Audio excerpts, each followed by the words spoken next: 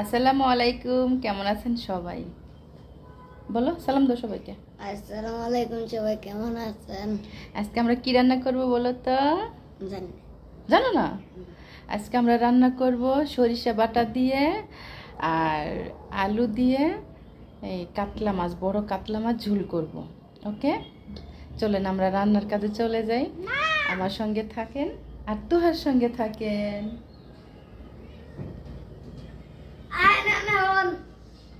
তুহা দুষ্ট তুহা এই যে এখানে শুয়ে থাকে সারাক্ষণ।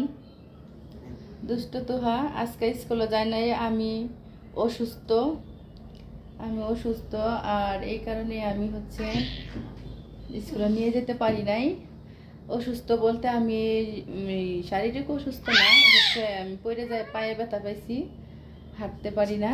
তাই তুহা সবাইকে হাই দিয়ে দাও। চলেন আমরা রান্নার কাজে যাই।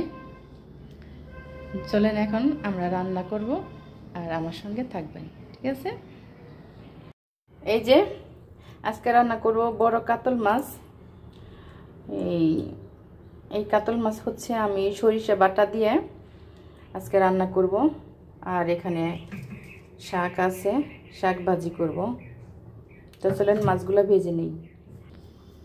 হলুদ গুঁড়া, কিছু মরিচের গুঁড়া দিয়ে এগুলাকে মেখে নেব লবণ দিয়ে। এই যে মাছগুলা ভাজা শেষ প্রায়, এখন আলুগুলা ভেজে নেব। এই যে মাছ ভাজা উঠাইয়া তারপরে ওই তেলের মধ্যে দিয়ে দিলাম শাক। এটা হচ্ছে হেঁচি শাক না হেঁচে শাক করতে পারি না। তো যাই হোক, এই শাকটা আমার কাছে অনেক ভালো লাগে। আপনাদের ভাইয়া কিনে নিয়ে আসছিল। তো এটা রান্না শেষ হোক। বন্ধ করছো? আচ্ছা আইসা পড়ো। বন্ধ হয়ে গেছে?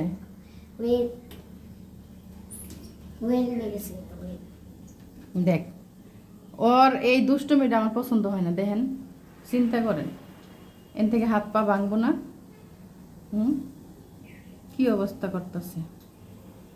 তুহা পা ভাঙবো কিন্তু, সরো এখান থেকে। আচ্ছা তরকারিটা বসাই, তারপরে তোমার বুঝাবো।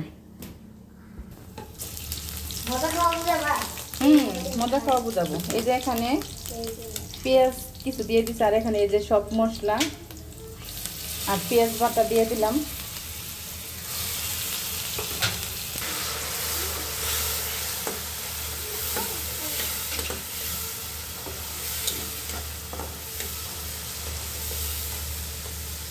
আর হচ্ছে রসুন কি বাটা, সরিষা না, সরিষা বাটা একটু পরে দিব, নয়তো যদি তিতা লাগে। তিতা লাগবে না অবশ্যই, সাদা রসুন সরিষা। এই যে সরিষা দিয়ে দিব এখন। সরিষা বাবা, এটা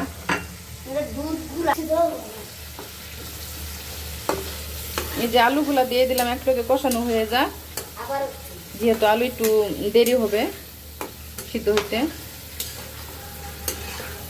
তরকারি কালারটা দেখছেন, সেই কালার। তুহা শুধু আলু দেখাবে, তোর মাছ খাবে না। আর তুহা হচ্ছে পাঙ্গাস খায়। আর কাতলা মাছ তো বাবা কাটা নাই, বুঝছো? এটা একটু কষানো হোক।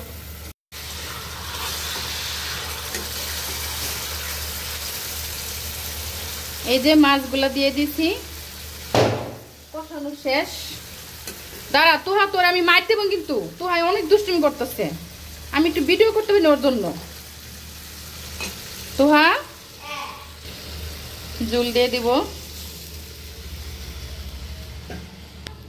এই যে আমি বলছিলাম না ঝুল ঝুল করবো, আমি একটু ঝুল বেশি দিলাম, পানি একটু বেশি দিলাম, একটু ঝুল রাখবো।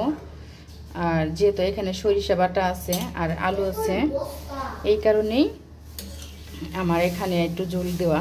আমি একটু ঝুল করেই রাখবো। তো তরকারি কালারটা অনেক সুন্দর আসছে, অনেক মজা হবে ইনশাল্লাহ।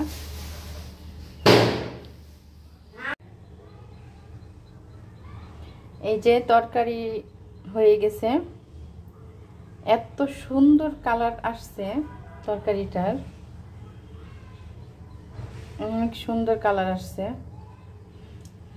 তারপর আপনার ভাইয়াকে খাবার দিবে, এখন আসবে, লাঞ্চে আসবো খাইতে।